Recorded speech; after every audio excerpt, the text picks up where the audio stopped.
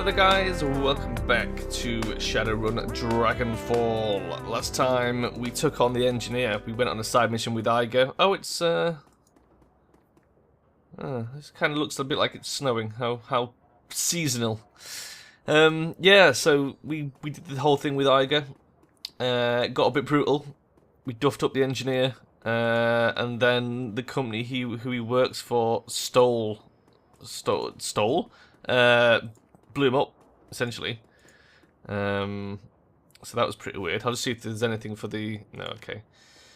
Just check in case we've got any messages from the Schockwellenreiter. I guess not. Right, well, I guess we want to go talk to our dudes and see what's going on with them. There won't be anything new because it was just side missions. What we really want to do, I guess, is take on Glory's side mission. But first, we can probably talk to Iger about what we just did. Iger, what's up? Iger welcomes you with a nod. Slick, what can I do for you? We should talk about what happened with the engineer. She nods. Agreed. I'm ready to go over it if you are. So the engineer was working for a secret society. I wasn't expecting that. Neither was I. She frowns. Metal Gear, a part of me is still having trouble believing it, but it's true. Yuli wasn't lying. I could see it in his eyes. Any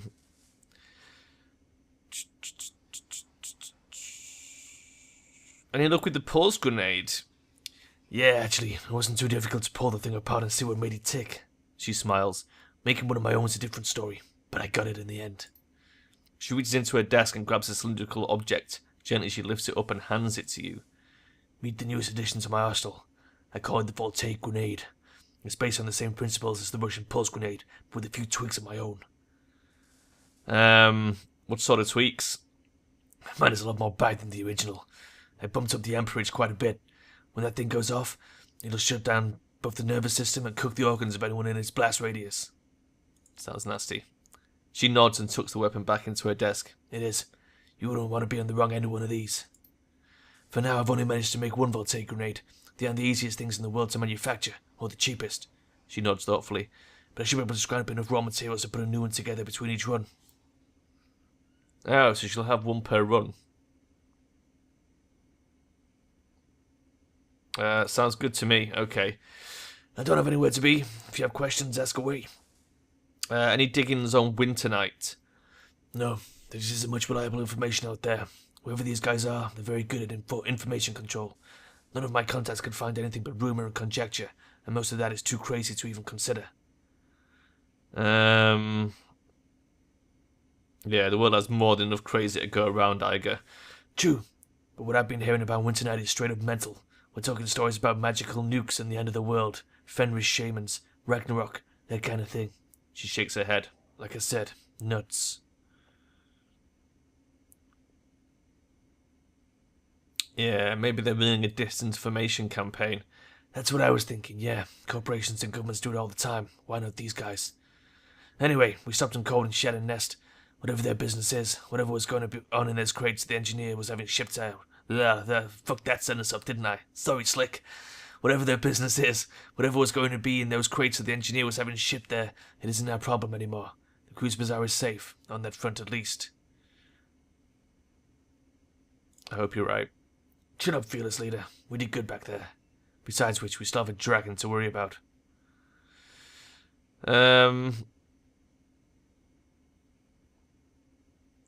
That's all. We don't need to ask about this, do we? We know what he did. Right? We all know what he said. Thank you, fearless leader, both for the chat and for the assist on the run. Is there anything else you wanted to talk about? Any thoughts on the last run? Nothing we haven't already talked about. Okay, well done, Iger. I guess that's where we'll leave Iger then. Alright, let's go do Glories then. Is it down there? What have we got? Take the van to Harrow's compound.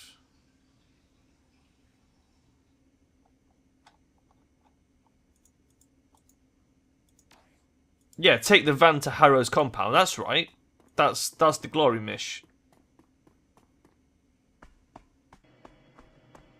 sure it is.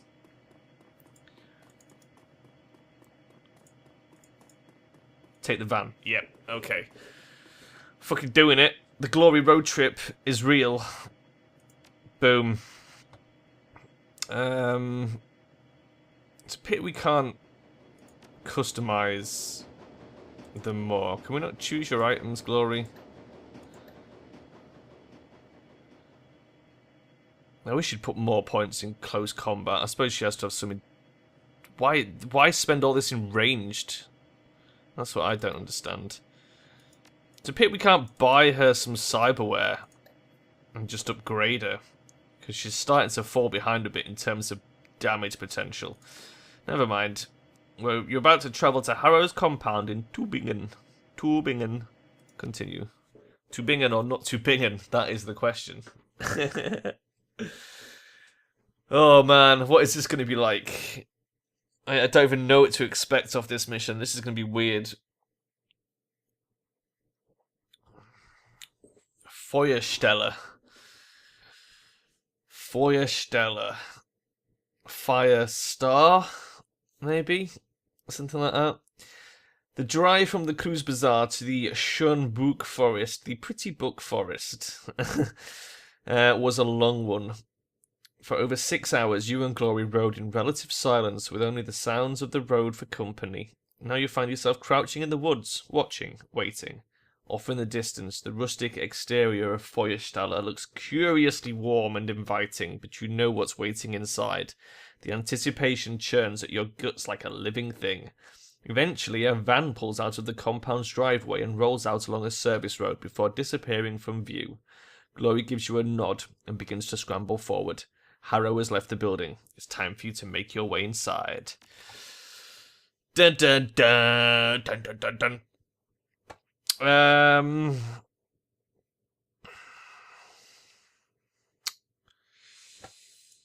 What do I want to bring? Do I need to bring anything with me? Should I bring some bliss?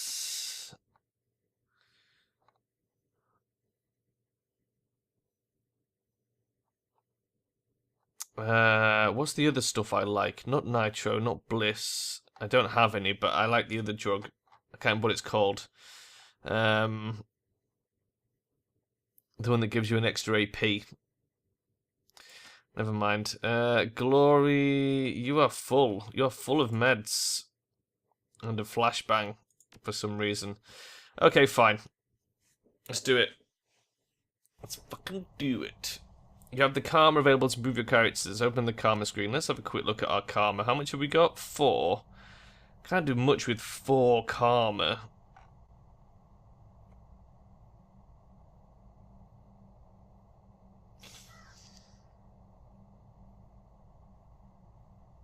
We could increase our dodge.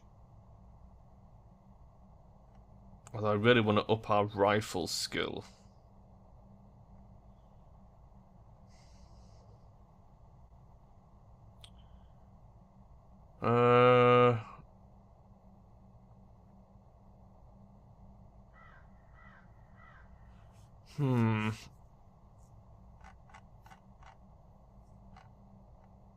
Okay, fine. Let's spend some dodge. Why not? The weathered edifice of Feuersteller looms above you, dark and sinister in the chill night air. Despite the horrifying stories that Glory told you about this place, something about it feels strangely comforting. In the back of your mind, insidious voices whisper that you could stay here forever. Do you feel it? The lure of this place? Glory gestures with a limb of chrome and steel. When I was a kid, when I was whole, the pull was irresistible. Yeah,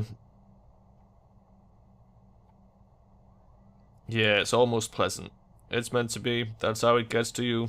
It worms its way inside of you, changes you, and you don't even realize what's happening until it's too late. She looks at you and her eyes are dark. When she speaks again, her voice is quiet but steady. You're going to see some terrible things here, Slick.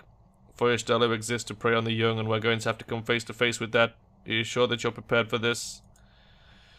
Yeah, I'm solid. Let's do it. She studies your face for a moment longer, then looks away. Good. You want to compare notes, make sure that we're both on the same page? She nods. We take Harrow out of commission. You were right when you said we couldn't afford to let him live. Even if we completely destroyed this place, it'd all be for nothing if he got away. He'd just start another cult somewhere else. What do we do first, Glory? You tell me. We make our way inside and take out the shrine that Harrow uses as his power focus. We can't touch him while that thing is standing, but after we bring it down, he'll be vulnerable. Okay, tell me about the shrine. It's a lump of rock about as tall as I am, inscribed with runes and encrusted with bone. The shrine's power comes from an entity that Harrow bound into the stone, something very old and very dangerous, a toxic spirit. In many ways, it is the heart of this place. We can't touch Harrow while the shrine is intact. If we try, he'll siphon enough power from it to slaughter us where we stand, but if we confront the shrine and kill the spirit, the astral backlash from its death will cripple him. All we'll have to do is finish him off.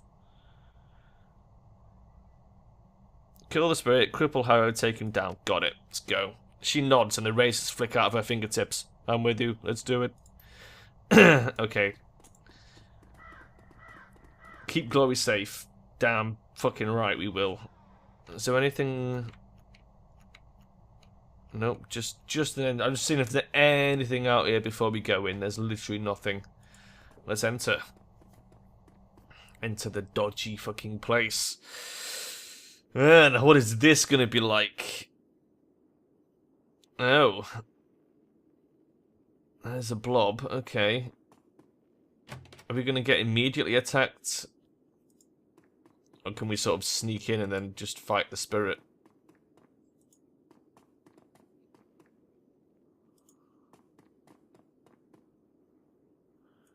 Do we want to explore before we go straight for it? I feel like we do. I feel like we should have a really good poke around in case we find anything that might be useful. There's a lot of doors. This place is surprisingly big, actually.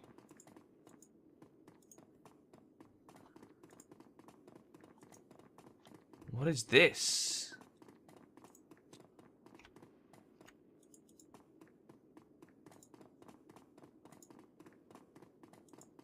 Okay. What is our main objective here?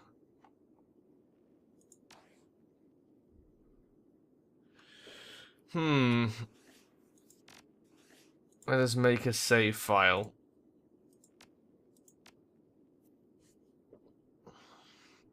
I'm wondering if we can... if there's going to be cultists in here that we can save before we go for the shrine, or whether you're supposed to go for the shrine first.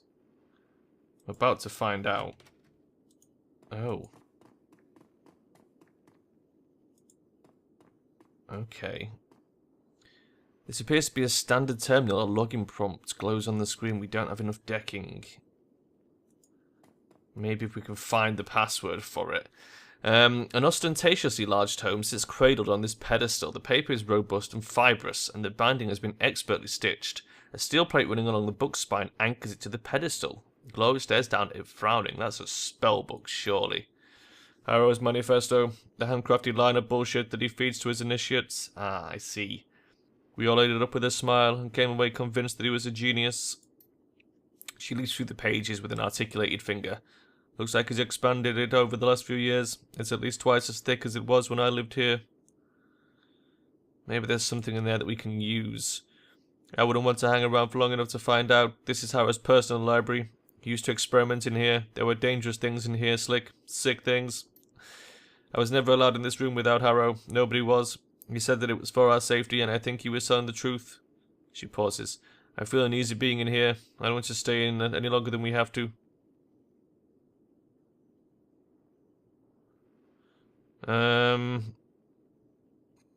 It could be important. I'm going to take a quick look. Alright, I'll watch your back, but try to be quick. I'm just going to leaf through it. You flip through the early pages of the manifesto, find what looks like a good place to jump in and start to read. Harrow's manifesto. Do we read this in Harrow's voice? I imagine him as sounding like a posh man. When I first set out on the path to free living, I realized that we'd have to rethink all of my earlier assumptions about life. I'd have to question my own values and beliefs, and I'd need the strength to trust in the answers that came to me. The prospect was daunting, but it was also necessary. The road to true freedom is paved with unanswered questions. After all, you can't learn to be free from a book. The answers won't come from a Bible, an instruction manual, or a code of conduct. If you don't learn that, you'll never break your chains. The path to true freedom is one that each of us must walk on his or her own. What makes life worth living? What in life is truly valuable, and what is the dross that can be burned away? I spent weeks dissecting every aspect of my life to find the answers to these questions. Slowly, agonizingly, I pared down the list until only 4 items remained. These 4 items became the cornerstones of my new philosophy and the basis for everything that Verstella stands for. Love, the first cornerstone and the most important. Without love, life is bland and meaningless. Without love, we might as well be machines. Love what you do, love the people around you, but above all, love yourself. On a night when no one's looking. Self-determination, the second cornerstone. Each of us must be his or her own shepherd. No more gods and no more kings. Your life is your own. Lash out against anyone or anything that tries to treat you like property. An assault on your freedom is an assault on your whole being, and it must be met with an equally ferocious response. Charity, the third cornerstone. A miserly life is an empty life. If each of us is his or own master, then nobody should live as a serf. By helping others along the path to enlightenment, so do we enrich our own lives. And passion, the final cornerstone. Complacency is poison, be wary of it. Ambition is the key to a fulfilling life. Don't settle for what it is. If you do, you abandon what could be. You hear a rustling sound behind you. Glory. Turning, you can see a troubled look on her face. The ominous feeling is getting stronger, Slick. It feels like we're being watched. Oh, really? Oh, I kind of want to stay here and keep reading. I'm going to leave it. Something's going to happen, isn't it? Maybe we'll come back, Glory. Let's have a poke around first before we go totes crazy. Refrigerator. What's in the fridge? As you open the refrigerator door, a whiff of ammonia sticks up in your nostrils. Watery light glints off of the door's polished interior. The fridge is stacked full of large plastic bins, all tightly sealed and neatly labelled. It's hard to tell through the opaque plastic, but they appear to be full of meat. And ammonia. You pop the lid off a container to take a closer look. The first thing that hits you is the smell. The meat in here is beyond rancid. White mould frosts the sides of the bin, and it's all that you can do to keep from gagging. As you wish to put the lid back on, you recognise a familiar shape in the rotten meat, a mangled human hand. I kind of suspected that was going to be the case, but it's still a little bit weird and out of place. Is that what I think it is? Glory's voice is flat. Ritual supplies. The adversary prefers them aged. To feed the spirit. Harrow teaches all the initiates how to do it. How to harvest the meat, how to store it, how to label it. Nobody likes doing it at first, but you learn. By the end, it doesn't even bother you anymore. Yeah, okay, I get it. I warned you that you'd see things you didn't want to in here. Yeah, it's kind of expected, Glory, it's fine. She turns away from you. Come on, let's keep moving. Well, you know, I suppose you have to feed ancient demons something. Why not people? Medicine cabinet. Oh, yes. I will take your advanced med kit. Thank you very much. Literally just a bathroom. Okay. Nothing of interest in there, Glory. Well, the weird thing is that we haven't seen any cultists yet. I thought this place was supposed to be, like, full of them. This is the initiate's dormitory. The new arrivals are brought here. There's still hope for these kids, Slick. Harrow hasn't had a chance to ruin them yet. Uh-oh. The way that these cut off is bad.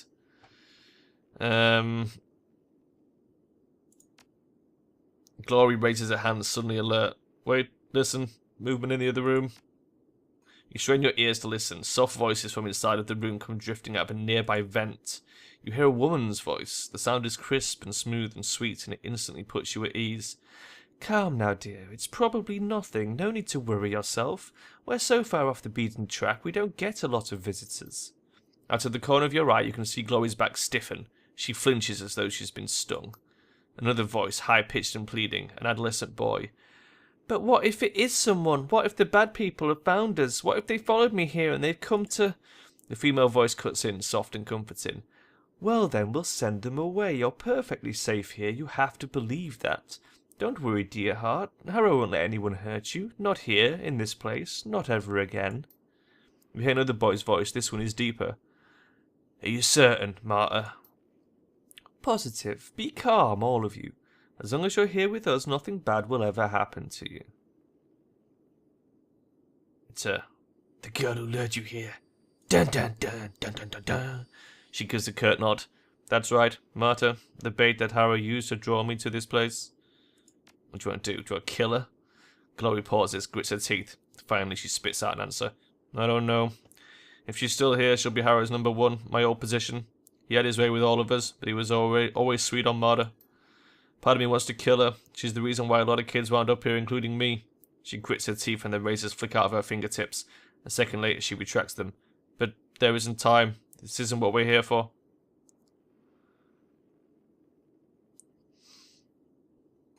Okay, after we deal with Harrow. We need to deal with Harrow first. After a brief pause, she nods. Marta's voice floats back out through the vent. Hush now, boys, and get some rest. You've got a big day tomorrow, the biggest day of your lives. You get to meet Harrow. I promise you, after you speak with him, you'll see the whole world in a different way. A better way. The adolescent voice trembles out a response. All right, Marta, have a good night. A lovely musical laugh pours through the vent. You too, dear heart, all of you. You hear the distant sound of a door sliding shut. Glory takes a deep breath and releases it. Let's go, Slick. We need to deal with that shrine. Okay. Let's deal with the shrine. Let's stop fucking about and deal with the shrine before Harrow turns up. And then we can kill Marta, deal with whatever's in there, and just generally do shit. We didn't get any meat for the shrine. I guess we don't need to feed him.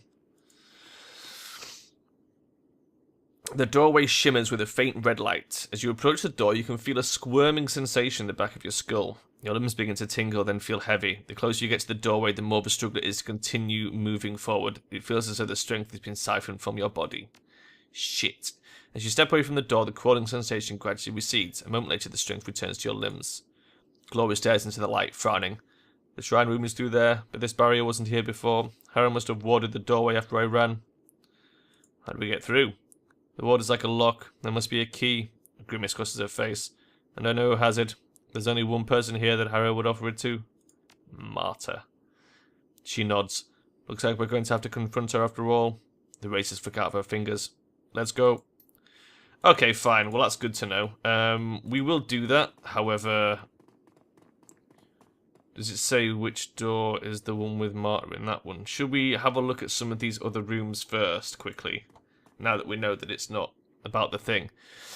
You can hear a distant murmuring sound coming from inside the room. Voices, three maybe four people, all talking amongst themselves. You can't make out what they're saying, but one of the voices sounds desperate. You've heard the tone before. It's the sound of a man pleading for his life. We should keep moving. Whatever's going on in there, we don't want to get involved. Getting involved is the entire reason why we came here. Yes, it is, but we're here to kill Harrow, not the people he's brainwashed. After we've taken down the shrine, the cultists in there will be hurt, disoriented. We can deal with them then, and hopefully save the poor bastard they're working on. Alright, you win. You know best, Glory. You know best. I can imagine it's some sort of ritual that Glory knows about. Can we poke in any of these? Those voices... Oh, sorry. Those voices belong to Harrow's acolytes. They'll have some magical training and they like hurting people. You open that door, you're going to have a fight on your hands. Okay. So we know we've definitely got things to do. Fine. I'm going to check the last one just to see. It's a van. Chloe pauses at the side of the van. She traces the side of it with a claw. I remember cruising the back alleys of Tübingen looking for kids in need of help. The bait girls, Marta and the others like her, would offer them money or food or drugs or sex, whatever it took to get them into the van, and once they piled in, Harrow and I would be waiting to greet them. I remember so many nights like that. She frowns. I remember how much I used to enjoy it. You're not the same person that you were back then, Glory. After tonight, I will. Okay, so we're ready to confront Marta. However, we are out of time, and so we will be confronting Marta next time. And then, I don't know, the library thing is a little bit weird. I'm guessing we confront the spirit, probably kicking all the doors and deal with all the acolytes. I'm not sure what to do about the library. I'm guessing there's some sort of evil presence in there. But I'm wondering if it's a fight that's like... Maybe it's a fight that's geared around being a different character. So like if we were like a shaman, maybe it's an enemy that like a shaman could deal with easily, something like that. Anyway, that's where I'm going to leave it, guys. And I will see you next time. Bye-bye.